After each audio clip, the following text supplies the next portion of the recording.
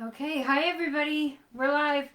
James and I here. Welcome to Midweek Vibes. Sorry, I always am gonna have to It probably stopped. find a way it stopped. Yeah.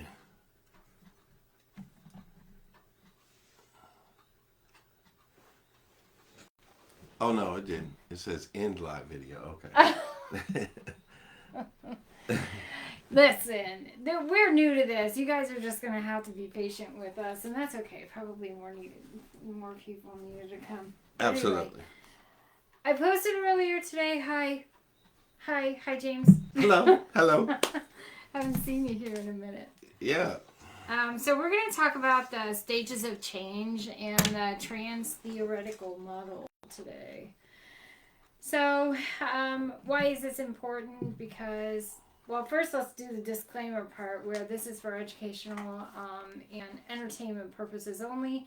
We are clinical therapists and life coaches, but we are not here in that capacity. So anything we say isn't to replace your professionals, the professionals in your life, your therapists, your medical professionals. So there, we said all we needed to say to make us official. I agree. I agree. So welcome to Midweek Vibes this week. We're going to talk about the Transtheoretical Model is the technical term for it, but really it's about the stages of change.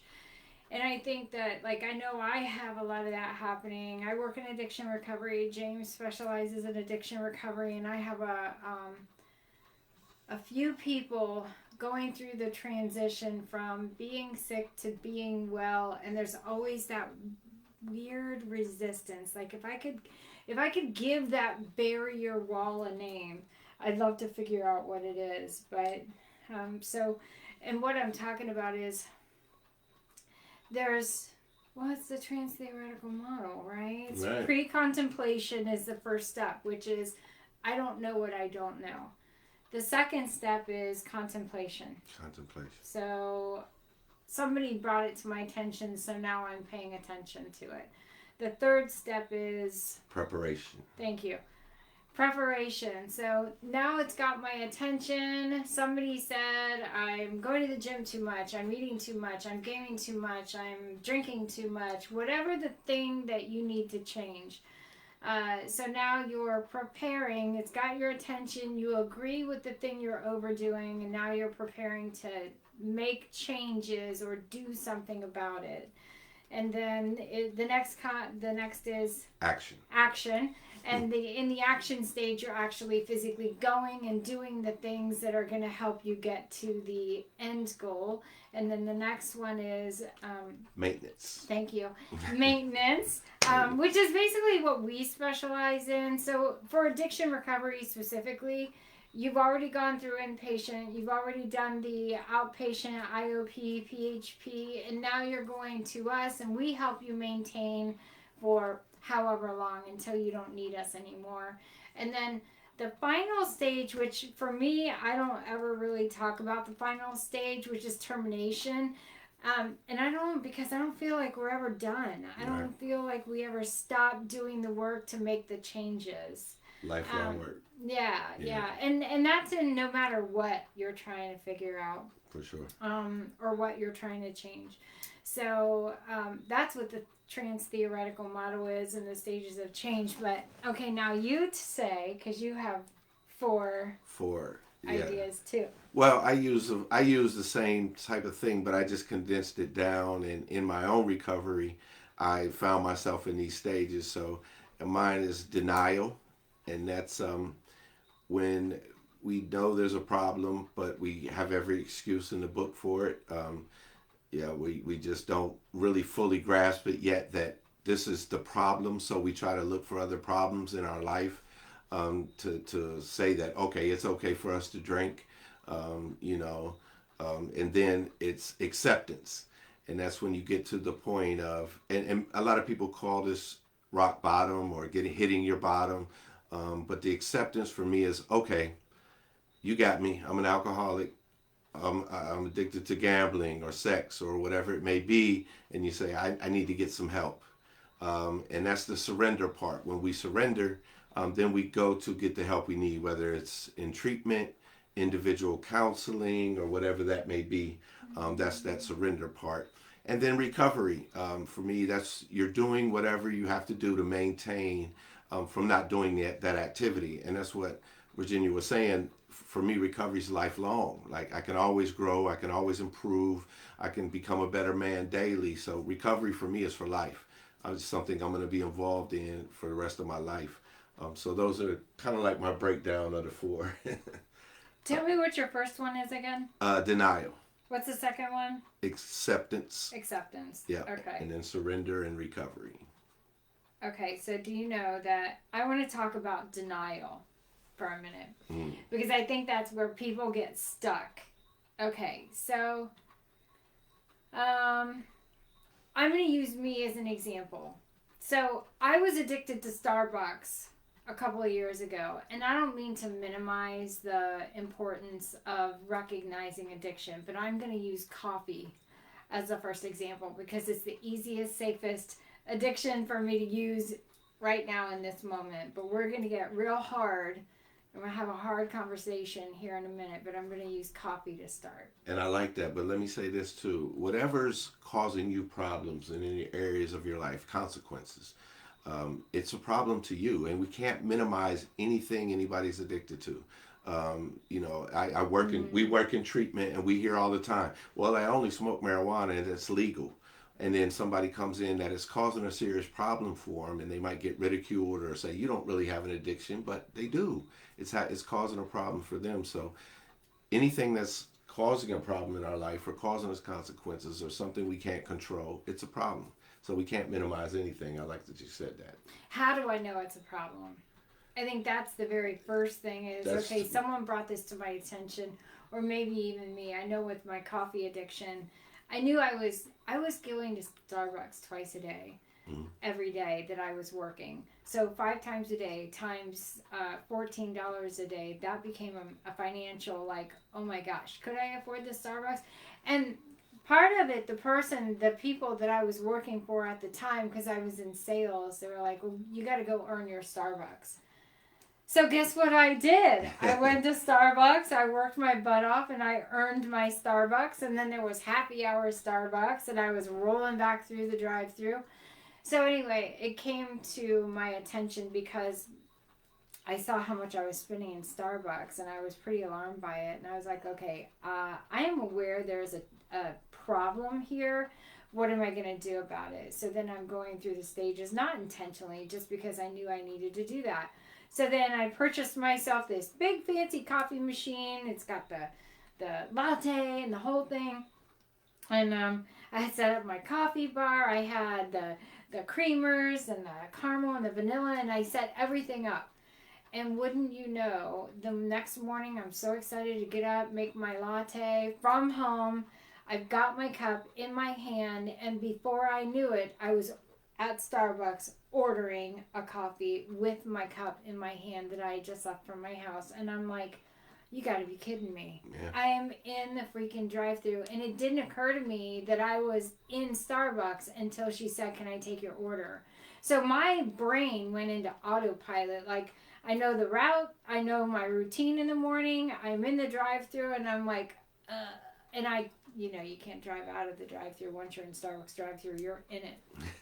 So that's an example, like, of when you have addiction, the addicted brain is going to take over, and it's going to take you wherever it's going to take you because habit, obsession, give it a word, pick a struggle, addiction is addiction. Yeah. And what is causing, like yesterday I had a conversation with someone, I just drink. I don't know why.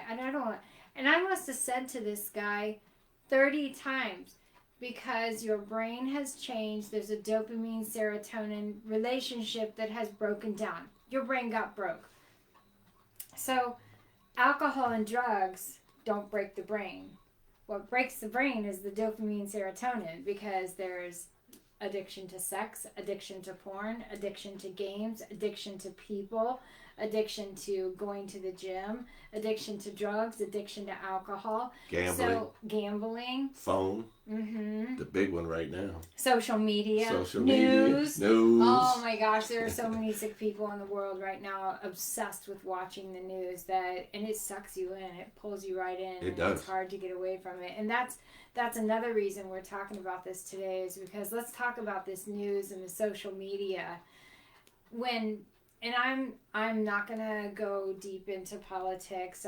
That's not what we're gonna do. But if you're watching the news 24/7, that's a thing that you need to pay attention to and break that bad habit. Some of the sickest people, I used to work in geriatrics, and some of the sickest people I ever worked with in my life, the first election that Trump was in office, they sat and watched Fox News 24/7, just streamed Fox News, and I was like, so addiction. And I would go to their house. I'm sad, Virginia. I'm anxious all the time. I don't even flower anymore or garden anymore. And I'm like, how long has that TV been on? Yeah. And I was like, okay, right there is problem number one. We need to get you out from in front of the TV and start getting you back into your life. So, yeah. Well, it's whatever activity we're doing. It becomes our new norm. And our culture, when we do it for so long, it just becomes a part of us. Like, so when I'm drinking every day, it just becomes who I am. And I started late in my addiction identifying as an alcoholic, and like, that's who I am. And this is what I need to function. And so, and that's with anything we're doing. We feel that becomes a part of us and it becomes toxic. So we have to break that, that behaviors, so that we're not toxic anymore. To ourselves, to our family, to our jobs, to our dogs, to our everything. Everything. To our cars. It becomes the most important thing in our life. And we put priority over everything in our life. And we don't even realize we're doing it.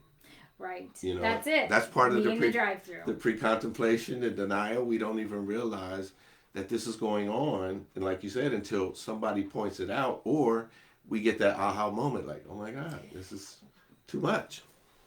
And even once we start making the changes, the denial, let's sit on that for just a second, because I got sucked into the news like a week ago. When you and I were like, we can't talk about politics, man. We did. We got to have that agreement. We had a few little conversations about it. And we agreed that we can't do that. And I had someone else, my shaman, reached out to me and said, Virginia, do you need a Zoom? Because I'm going in the rabbit hole. Yes. By design, the news is creating a space of chaos and unrest and fear and control. And it's the news. And the more we watch it, the more we have those feelings, and the angrier we get and the more afraid we get. I would say 100% of my people have come to me and said, what am I doing? What are we doing? How do I make this stop? Yeah. So it's a scary time. And it's mindfulness and making sure that the energy that's coming into your space is good energy. But the other piece of that is we can't not pay attention to the elephant in the room. So when Uncle Joe comes to Thanksgiving and he's drunk and talking smack and being a rotten person again, we got to tell Uncle Joe this is not to be tolerated. Like, you can't come into our space and do all the things with your drinking and create chaos and this, that, and the other. And at the same time, like, nobody's going to stop you from watching the news. Nobody's going to stop you from going and drinking. So you have to have that self-awareness and the telling the truth, which is, I keep coming back to denial. Because just because you quit drinking and you picked up pot, you're not in sobriety. Right. There's this thing called Suboxone, and what's the other one? Methadone. If you're, now you're just a functional, but you're not in sobriety. Yeah. It's harm reduction is what they call it in the business. Just, reducing the harm. And it's the lesser of two evils if I'm on Suboxone other than the heroin, or methadone other than the heroin. But it all depends on what you're. And once again, this is for entertainment purposes only. Yes. It all Let us depends. reiterate, we are not giving you clinical advice No, right now. no, Because this is or going to... yeah, but for me, it's total abstinence. Me too. Because I will abuse anything to get outside of my head and to feel high and to not deal with life.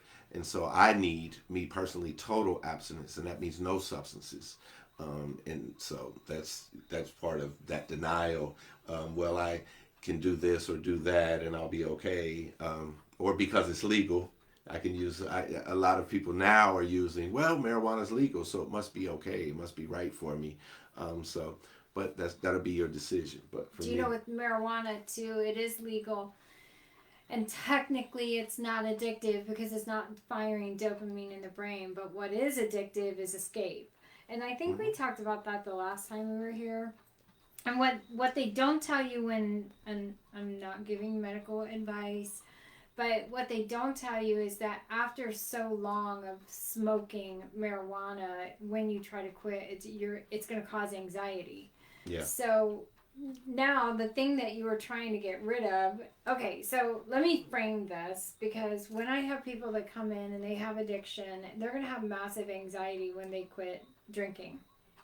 So there's a window of time there where if people pick up medical marijuana, and you may differ on this and we've never talked about this, but there's a window of time there where I'm like, oh, it's a slippery slope, but I'd rather you smoke pot than drink, because at least with pot, you're just chilling and watching TV and you're still somewhat functional.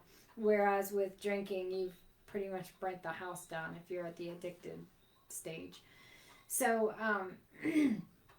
but that doesn't mean you stay on it. Same with Suboxone, same with methadone. Just because they say, okay, we're going to get you off of opiates, pills, and prescribe you with this, not giving medical advice, but there's a window of time. That's not a lifetime. That's a window of time to get you functional, to get you some skills, to get you some treatment, to get you stabilized, and then we move into the next step of there's no more Suboxone, no more methadone, no more marijuana, and we need you replacing old addictions with new good behavior. Like, absolutely.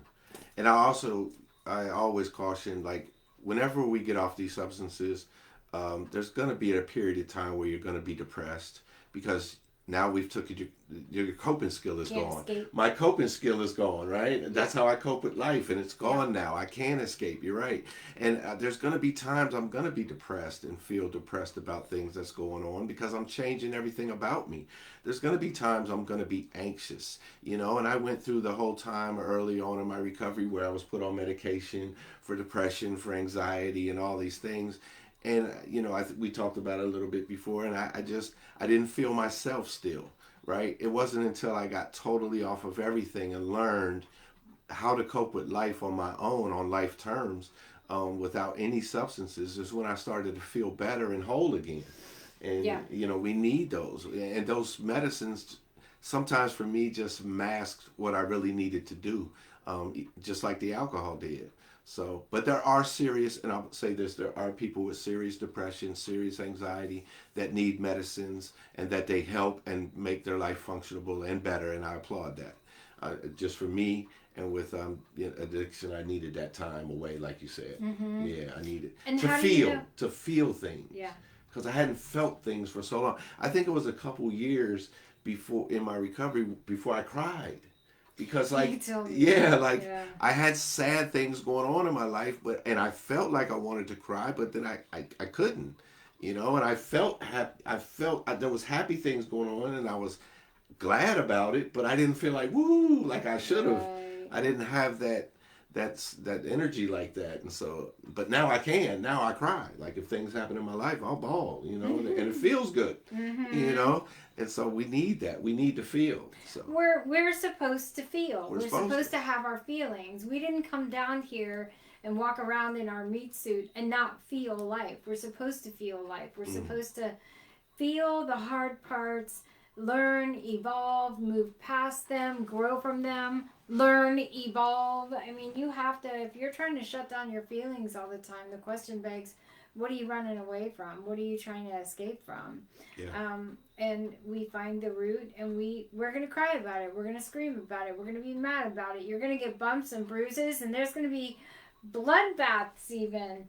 Yes. And the thing is, like, just because you're afraid of whatever is in the dark, whatever's on the edges, whatever's in the shadows, what's interesting is that once you start facing your fears and talking about your fears and giving your fears names and identifying like the people, places, and things that were involved in those fears getting developed, it's not that scary. No. Right? Right. I mean, when you start looking at the childhood shadows and my parents were so terrible, what were they though? Right. You have this story in your head. You do.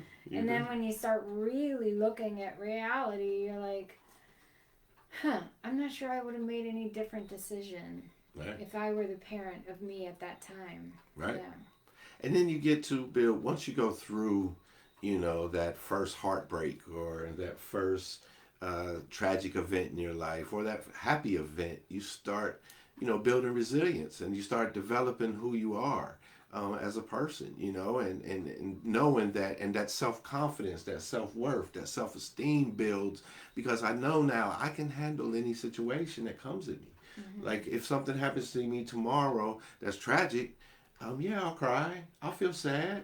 I might even lay in bed for a couple of days and watch Netflix. It might suck a little, but guess what? I'll be okay. Mm-hmm. I'll be able to get through it. And that's something I never knew in my addiction. Anything that happened in my life, I would just drink about it, and forget about it.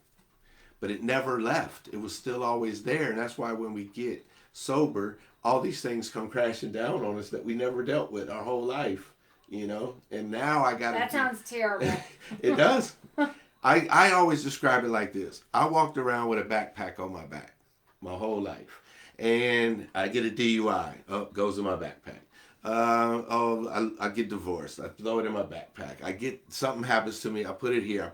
I never deal with it. And it was an already full backpack, by the way. When you got into adulthood, then you were consciously packing by that time, I'm dragging this thing around in life, just still trying to drink. And when I stop, now all this is, I got to deal with all this that's in there. And it's tough. And it's scary, and that's why people relapse. Yeah. Yeah.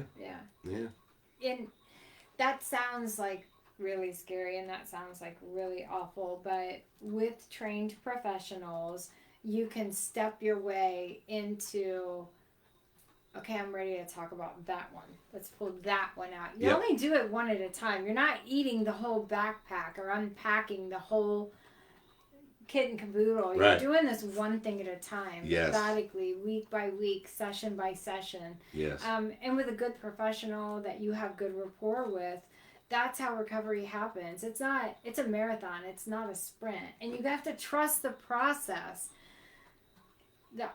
We're going to unpack trust the process in about 2 seconds, but what do you think about that? Surrendering? Oh, absolutely. Yeah. That's part of the surrendering, and like you said, it looks overwhelming when we have all these problems and these issues to deal with. But that was perfectly said. We're just taking one at a time. We have to take one at a time and deal with that and get to a place of peace with it. Because a lot of people, I hear people all the time say, well, I did work on myself. I did this, I did that. But they're still showing the same behaviors, and it's the same emotions. Same emotions and same patterns. And it's like, did you do work on that? I don't know, Just because you talked about it, there's a lot of processing in that. And getting to a place of peace with it for yourself. It's not for the other person or the other event or anything. It's just to get a place of peace for yourself with it. And, it takes time. It takes time. People ask me all the time, well, how am I going to know, Virginia? When am I going to know? When am I going to be done? Love that you want to speed this up. Love that for you. However, comma, pause. But I can authentically say, like, how am I going to know that I am done with my addiction? Well, I have a conscious awareness of when I drive through Starbucks now, and it's a gift I give to myself once in a while when I'm on a certain side of town. But I had another addiction to a human, my ex-husband, and oh my gosh, I was so addicted to that person. He was my heroine, and it took me years and years to get over that. But even now, I say to myself, okay, how am I going to know? Did I do the work? Did I get enough therapy? Did I learn enough things? Did I try enough things? Did I write enough things? Did I breathe through enough things? And this morning, because I knew we were going to talk about this, I asked myself the hard question: are you done? Are you over it? I'm not sure I am, even though it's been 3 years. Because if I saw him in a restaurant, I would turn tail and run the other way. Mm-hmm. So, am I healed, or could I sit and just be in that space? Like right now, I have butterflies in my stomach, right? So, am I recovered? I can move around the world and I can coexist with him, knowing he's somewhere out there, knowing alcohol is somewhere out there, yep. and my drug dealer is somewhere out there. I can coexist with you and not use and not relapse. But am I ever completely healed from that thing? I've done a lot of work on that, right? And you've done a lot of work on that. You're, what, 10, 12 years sober? 15. 15 years sober. 15. Hey. And I'm 3 years sober. But you know, when will you know you're done? When I can have a conversation with you about your addiction or about your tragedy, and you're not melting and falling apart and just over emotional and the house is not burning down, that's how you're going to know when I'm doing okay, I'm doing well. And I can in earnest say, yeah, I'm doing okay. Am I completely ever going to be over that? I don't know. Time will tell. But I'm not trying to push anything or overanalyze anything or judge anything about it. And if there's anything, I'm super thankful that happened to me. Yeah. Because had that not happened to me, I would not have become the person I am today. Mm-hmm. I did a lot of work for that. Yeah. To become who I am today. And so did you. And so does everybody. Absolutely. When bad stuff happens, it's happening for you, not to you. Absolutely. Right? Absolutely. Would you be the therapist you are if that had not happened to you? No. Right. It's the experience I had over those 26 years taught me way more than any school could have ever. Yep. You know, I went to school and I got the life. technical stuff and, all the notes and all that stuff and the technical terms, but life taught me, the position I'm in now. And I will say, to add on what you were saying, like, I don't ever want to drink again, ever. Mm-hmm. Do I know if I will? No, I don't know. I know today, if I get home and I go to bed, I got a good shot at it, right? But I don't take anything for granted. But like you said, also, I can coexist with you, but I don't put myself in any position to where I would be tempted or would go back to my old ways. I have good friends now, colleagues. I love my job, and I put myself in good positions to where I don't have to even think about it, or tempt myself. Why? That's like I see people in recovery say, I want to go to this bar and watch this band. But do you really need to, and so I wouldn't put myself, and I'm 15 years sober, and I wouldn't go to a bar to watch a band. That's just me. I don't feel like I would, if I'm not having any reason in there, I just don't go. I can catch the band on YouTube or something, or at a park. You hang around at a bar long enough, you pick up a drink. Have a beer. Yeah, you're gonna pick up a drink. Yeah. But I've done a lot of work on myself as well, and I know myself. I know, what I like now and what I don't like, and I don't ever want to drink again, for sure. I have some questions for you. Mm-hmm. Because those of us that are, for the people that are watching, that are trying to figure out how to do this thing, how to get to treatment, how to get into recovery, like, what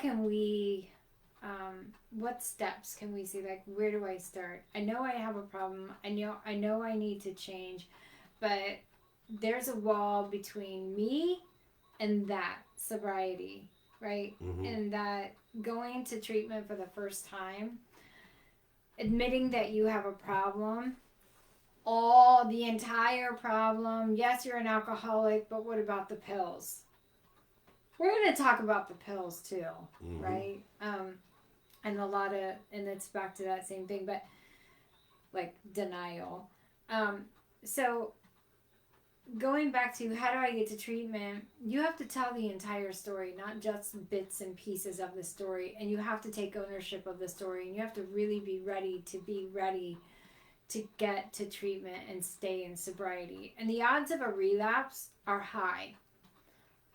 Like high. Mm-hmm. People relapse on average of 12 times. So just because someone comes to us or they go to treatment or they're detoxed or anything else does not mean that they're going to stay sober. And so we as family members, and that's what I kind of want to go into, is how does the family handle this? As family members, we have to love our people through it. Another James nugget that you left me with. You've left me with so many. Yeah. But hate the addiction, not the addict. Right. Yeah. Yeah. Yeah. We also have to hold no hands, carry the message, not the addict. That was a lot. Say that again. What? We hold no hands, which Don't means enable. we can't walk them through them. Carry the message, not the addict. Drop the seeds. Don't enable. Yep. There you go. Yep. Because I got this. And I'm sorry, not sorry, but there's a lot of lying and betrayal when people are coming through the stages of addiction. And I learned the hard way, maybe multiple times, that even the people that have the disease of addiction don't realize how in denial they are. Like, there are bottles hidden all over the house and they don't even remember doing that. So guilty. Yeah, and us as professionals, like, we know the story, we know the stages, we know the steps, we know relapse. Like, it's a science, it's a true science. Mm-hmm. So when we bring this to your attention, the family's attention, we're not bringing things up to hurt you, to harm you, to share your secrets with your family. Like, we've been in this, we've treated, between the two of us, thousands of people. And thousands of people have found sobriety because of the work we do. But that means that you have to tell the truth, and so do we. And that's going to be hard. Yeah. I've lost clients because, like, I need you to own that there is more to this than you can see. It's our job to show you the blind spots. Right? Absolutely. The blind spots are hiding bottles, stuff in the trunk. Yeah, I'm taking these pills, but I got that bottle licked. I don't drink anymore. I'm down to 3. I'm down to... Yeah. Oh, and let's talk about I had a 90-year-old-ish in treatment, and we got him off of a case of beer a day. But then his wife came screaming into the facility like, Virginia! And I'm like, what? He's sober. Why are you mad at me? Well, he flipped to a case of Mountain Dew a day. Because he was addicted to the drinking the beer. So yes. the physical addiction, it's not just the chemical addiction, but the physical addiction is also important to address. Absolutely. Right? Yeah. I've been in treatment several times, and I was court ordered, or I went for a different reason or a different purpose, and it never worked until I wanted it for myself. I had to want it for myself, and that just came from, hitting bottom, wanting at one stage, at the end, wanting to commit suicide, because I couldn't live. And this is important because when you get to this stage, it's really rough on a person's mental. I couldn't live with it, and I couldn't live without it. I absolutely did not want to drink anymore, but I didn't know how to stop. And it was torture. I mean... How many times did you tell your family, this is it, this is the last time, I'm not doing this anymore? Hundreds. And you believed it. I believed hundreds of times. I believed it. Yeah, I believed it. We want so desperately to believe you, and we do when you say it, and we can see in your face, he means it this time. Yep. And then, just when you think it can't get any worse... It gets worse. Yeah, it gets worse. So the last time I went in, I wasn't court ordered or anything. I was just beat. I was done. I didn't know how to do it, and I wanted to die. And I went in. So, and it saved my life. 30-day treatment. They say it takes 30 days to break a habit. that got me away from it. It allowed me to clear my head, clear the fog out, and understand where I was at and what was going on, and really decide at that moment, like, I want to do this. I want to be sober, and whatever So I need to do, I'm going to do it. And if I were to force you to treatment, because we're getting a divorce if you don't go, yeah, how's that work out? we're going to be divorced. Yeah. Because forcing someone to treatment, they're not ready. No. They have to be ready to go. Yeah. Or for any reason. The courts do it all the time. And I was court ordered a couple times to treatment. And I'll be honest, one time I went to celebrate recovery to a church. And I finished the whole program drinking the whole time. And then they asked me, they said, can you get on stage and say how the church and God saved your life and all this? And I say, sure. So I go in and I'm standing on stage. God saved my life. I'm sober today, and everybody's but cheering. You were drinking, right? Oh, I left and drank on the way home. Yeah. Yeah. I got a coin from another. I was on probation. I got a coin from another place that I graduated, and I drank the whole time. I had alcohol in the trunk when I left the program. I drank on the way home. It was outpatient, but I never was sober. You can't force me to do something I didn't want to do at the time. You can't force anybody addicted to something. Nope. So we both also specialize in domestic violence. And you know how you'll ask, well, why doesn't she just leave? Like, how many times? Does he need to kill her or she need to kill her? What's the worst thing that can happen that will finally make her leave? Right.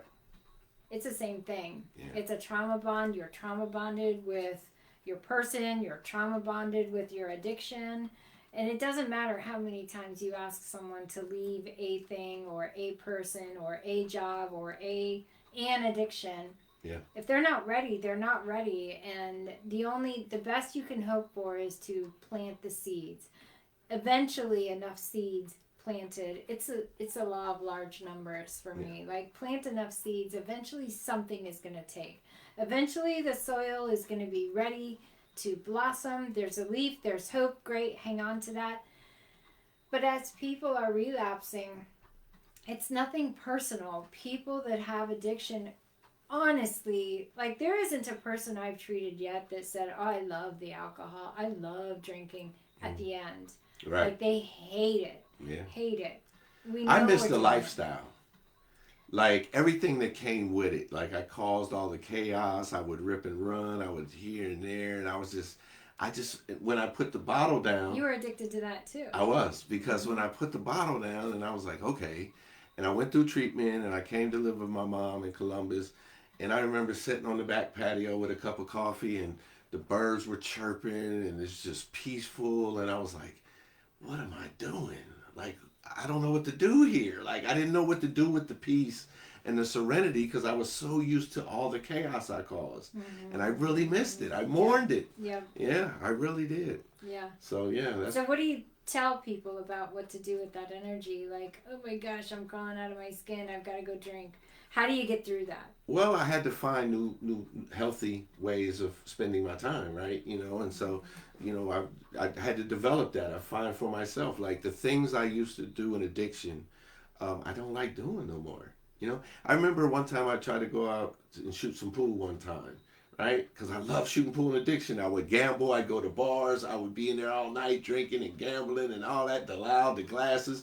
It just was all of that. And then I go to try that at like a gaming place, right? Just shoot some pool. And I didn't like it. I tried to play a couple games and I was like, why did I find this fun? Mm-hmm. It was the other things, not that. So, so just developing new things, new ways to have fun, and getting some healthy coping skills. And two, because even in our business, self-care is important. Yeah. So we have to know, like, what we have fun doing, and just for our sanity now, like, we have to be able to. And people always think of self-care, they tell me, well, me and my wife went out. That's not self-care. That's self-care for your marriage. Self-care for yourself is something you like to do. only you like to do. You go out, whether even if it's read a book, go out. I have some remote control cars I love to do. I'll take them to the park and just zoom them all over. Or I got a drone. Date yourself. Date yourself is a really good step in recovery. Date yourself.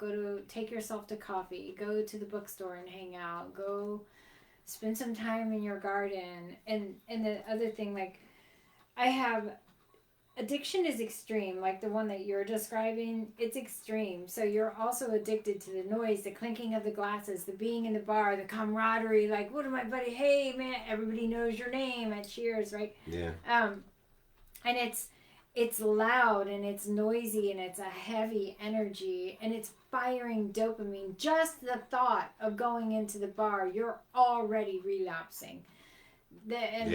You know, like just the idea that, oh my gosh, it would be so amazing if I could just hit up the bar tonight and see what everybody's doing. Bullshit. I'm gonna call bullshit on that. Yeah. You know exactly what everybody's doing, but you're already in relapse. You're in contemplation again. The stages of relapse are pretty much the same thing, but stages of relapse are, I'm thinking about it, I have an emotional attachment to it, now I'm just going to go see, you're actively engaging, now I'm going to use. Yep. Right? Yep.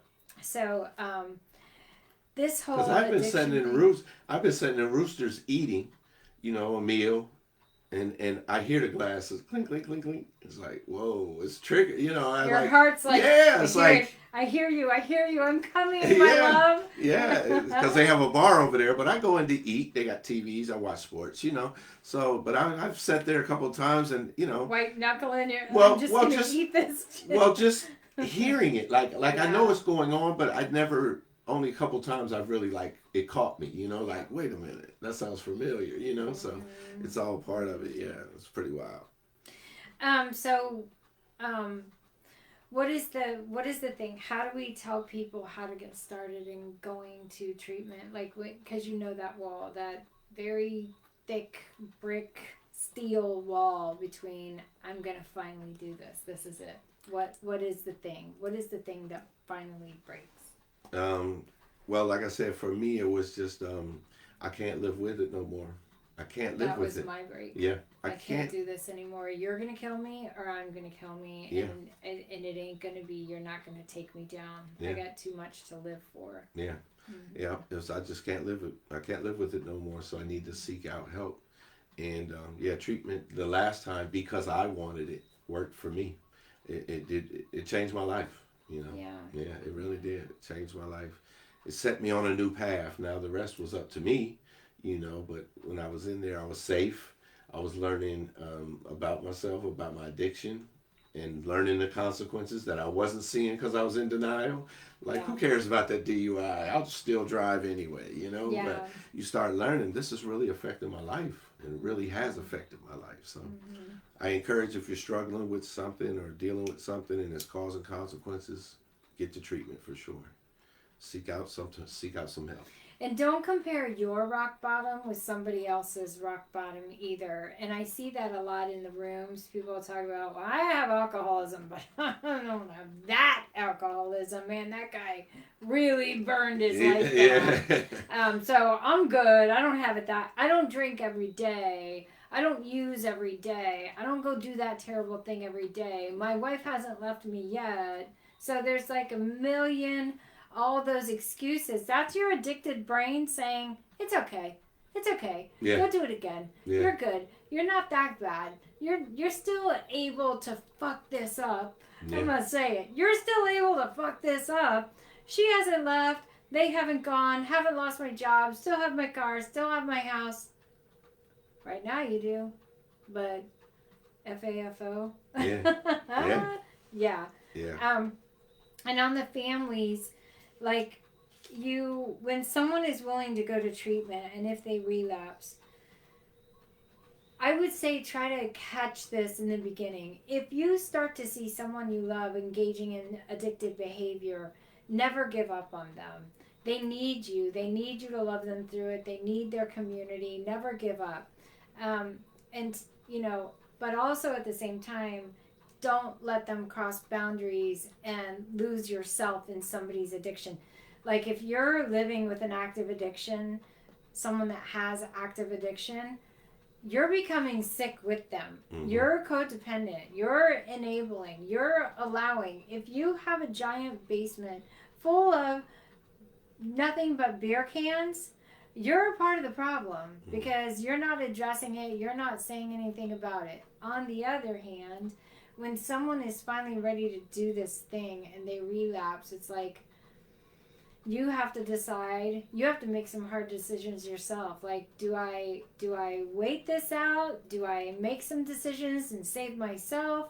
Like, families just know that the person with addiction is not the only one that needs to go to treatment. Like, you guys need help too. Yeah. And so don't minimize how you feel about this. You got sick too. Yes. I think it's so important for us to talk about. It is important. Yeah. And even people that are, I'm going to say this out loud. I'm going to talk about the quiet parts, James. People are using Western medicine, and doctors are prescribing pills, and people are afraid to go off their medications because, well, if I'm not on this antidepressant that I've been on for 15 years, won't I fall apart? Mm-hmm. The answer is no. Mm-hmm. So I just got a guy, when he came to me, he was on 38 medications. Mm-hmm. He's now on a baby aspirin. And he was just in this culture of, for 20 years, he was taking medications. He didn't even know why he was taking them. Mm-hmm. Especially in geriatrics, pay attention to your parents and how many medications they're on. In geriatrics, I saw so much pill addiction. I saw seeking. Like, people will call 911, I need to go to the hospital. Mm. Do you, Martha? Because I see you, sister. Yeah. I had a guy like that in treatment too. He came in when I worked in an inpatient facility many years ago. And he came in and he was on a lot of medications and he was in a wheelchair. And so he started winging off the medications. We got him some of them compression socks. Mm-hmm. And he started getting off the medications, and the doctor was working with him and cut him down all the way down. You know, by the end of the 30 days, he was out of that wheelchair, walking around, coming to group. I've had that. Yeah. I had a woman refuse to come to my office because I can't walk. I'm using a walker. I'm overweight. I did the thing. I did the kind thing. I went to her apartment, prayed 3-4 times, and I was like, "You're coming to me now." And by the time we got done, she was walking from my office clear across town to, and this was a small town, Mayberry, USA. She was walking home. Had to have been easily 2 miles. So when you feel like you can't, dig a little deeper because you're in there somewhere, and yes, you can. You didn't come here to be sick for a lifetime. Yeah. That's not what you're here to do. You're here to be there. You have a gift. You're special somehow. You have a lot to offer the world. If you're here just by virtue of being here, you have something to give. You have something to offer. You have some gift to give to the world. So, and I want to say I feel like, I think we're on an hour. Sorry. We are on an hour, but I want to say one more thing about this. For people that have been in addiction and you feel like you've ruined your life, no, you haven't.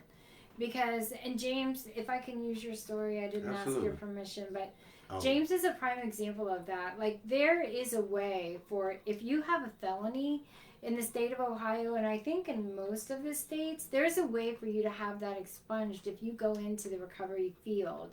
So, James, in my humble opinion, and I've come across a lot of therapists, and I love you all, don't get me wrong, he's one of the best addiction recovery therapists in the city, in Ohio. I have met a lot of people, I've done a lot of things, I've been in this field for a long, long time, I'm top in my field, and for years I just keep coming back to James, like, go to James, he'll get you sober, he knows what he's doing. And it's not just the professional part, but it's the lived experience part. So I want folks that are watching this that don't know to know that there is a pathway for you to become us that doesn't include going to college.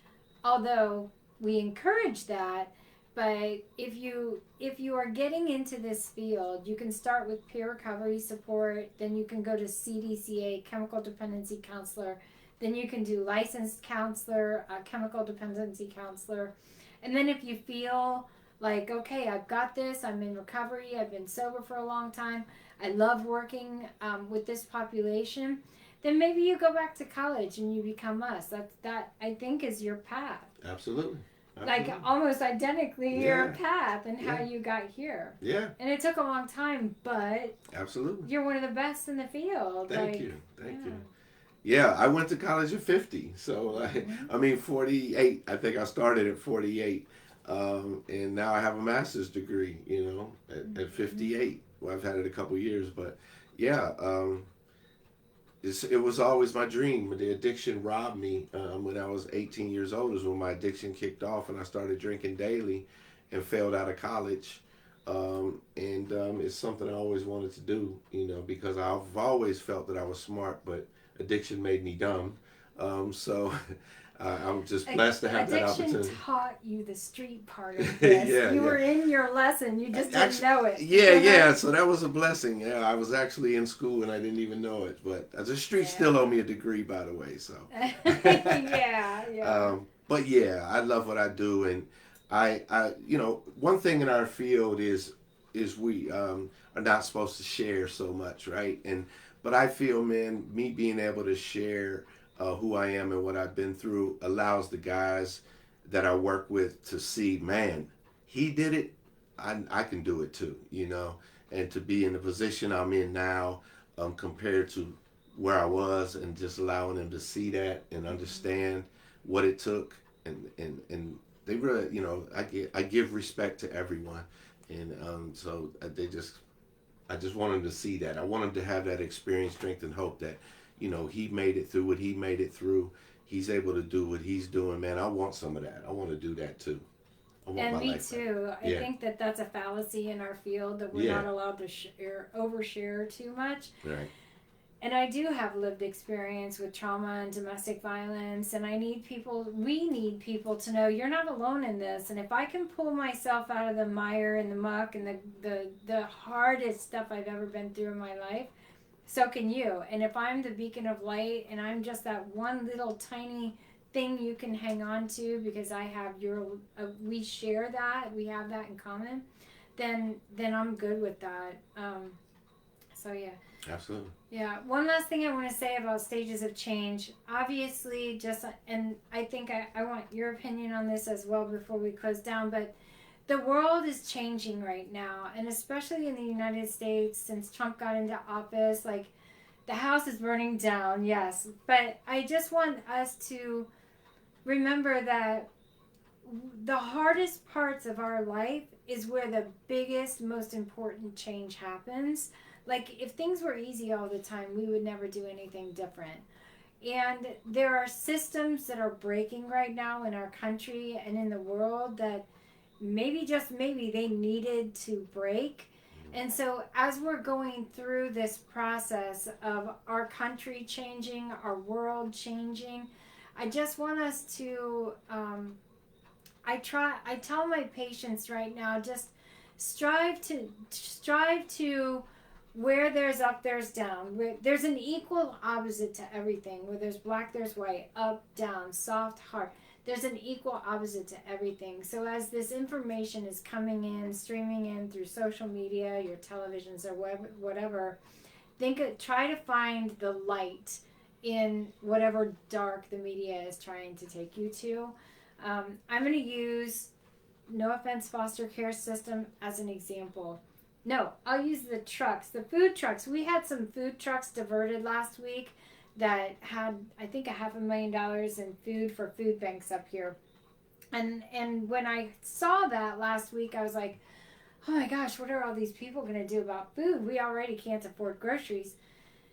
But then I remembered that there's a law here in Ohio where restaurants can't give away the leftovers at the end of the night. The Right. Groceries, the food banks, the food kitchens, they're throwing away thousands of pounds every week of food that people can access. So it's not that the world doesn't have an abundance of food, it's that the world can't access the food. So because those trucks got diverted, now we have to get creative and find food. It's here. We just have to do something different. So that's an example of when you see the dark, try to find the light because it's there. Yeah.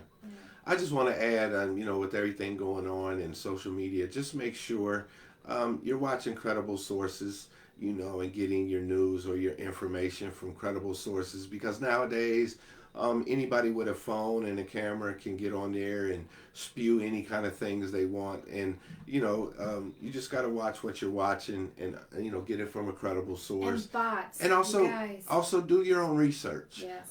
Don't just follow somebody else's idea of what this is. Do your own research and find out, what's going on in the area that you're concerned about. Because the information is out there. Just don't follow anybody on the internet with a camera and a voice, because they could be spewing hate, they could be spewing lies, and so we got to be careful with that. And it affects our mental health. It can really affect our mental health. And with things going on, just be careful in what you're watching and where you're getting your information from. And it's doing mindful and taking care of yourself, taking hot baths, journaling, spending time with loved ones, choosing to turn it off for a little while if you need to, and finding the light. Like, if you can't go march, write your Congress. If you feel like you want to march and that's going to make you feel great, then do that thing too. And don't be afraid to use your voice and use your rights to vote and make change. Those food trucks, we all should be lining up at the State House and telling Congress, okay, well, open it up so that we can move food that is already existing in our state. Like, restaurants should not be throwing away that food. They should be donating it to the food shelters and the food kitchens. It's ludicrous to me that that's a law that they can't share that food. Yeah. Like, are you kidding me? So, especially with shortages at our food banks right now. Right. Yeah. So there are things that you all can do, that we all can do, that are positive and that are evolving. Are you evolving our country and the world? Are you contributing to light, or are you contributing to the dark? And ask yourself that all the time. And am I taking care of myself? Take care of yourself. Yeah. Self-care. Take care of your mental health, emotionally, mentally. It's important. Yeah. Yeah. Final disclosure. This was all for entertainment and education purposes. This is not meant for us to give you clinical advice or medical advice. Talk to your professionals. James and I are available. We are taking clients right now. We're downtown Columbus, Broad Street. Check us out on the web, behealthyforlife.com. We have groups and webinars and events and all kinds of fun things happening. Thanks for being here. Like us, love us. Share us. Subscribe. Yeah. All the cool we'll be here every Wednesday at 5. Yeah. So Wednesday or midweek vibes will 5. be Wednesday at 5. And now thank you guys for watching. I see Lindsay, Laura, hey Greg, EJ, Mom's on there, I think. Thank you guys for watching. Hopefully I'll see you guys next week. Have a great week.